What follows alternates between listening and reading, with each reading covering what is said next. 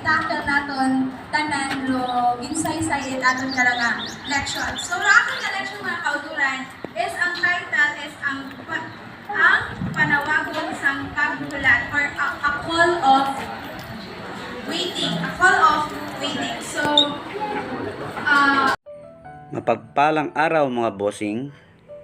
Panibagong vlog po tayo ngayong umaga at ako po ay naka-attend dito sa San Jose Ibahay Aklan Church, SDA Church. At ako po ay nagkaroon ng pagkakataon para makabisita dito sa ating mga kapatid at mga kamag-anak banda dito sa may Ilaya. Napaka-warm po ang ilang pagtanggap kaninang umaga sa akin at ako po ay lubos na naliligayahan at dama ko po yung kanilang sinseridad kapag may bisita po sa kanilang church. Nakikita sa mga mata ng mga bata na talagang willing sila at gustong-gusto nila ang kailangang ginagawa, lalo po sa pagkanta. Nahuga sa mga ron, aton git nahulat, pero aton yung mga noo sa anan ay kaduha nga pagkaris haranga kalibutan.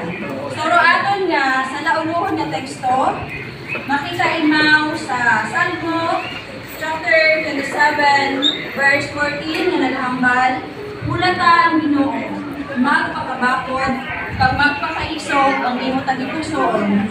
Oo, hulat ka sa Ginoo.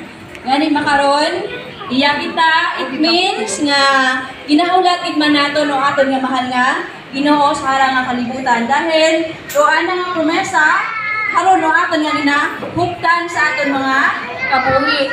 Tupag kari ngani aton ginhulaton no aton nga mahal ginalauman doan nga ikaduha nga pagkari sa harang nga kalibutan.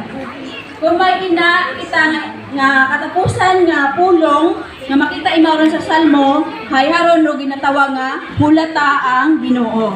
Ang paghulat mga uturan sa Ginoo hay bukod madali nga buluhaton. Kag haron hay aton gid nga binabantayan sa ara nga panahon. Ang paghulat sa Ginoo isa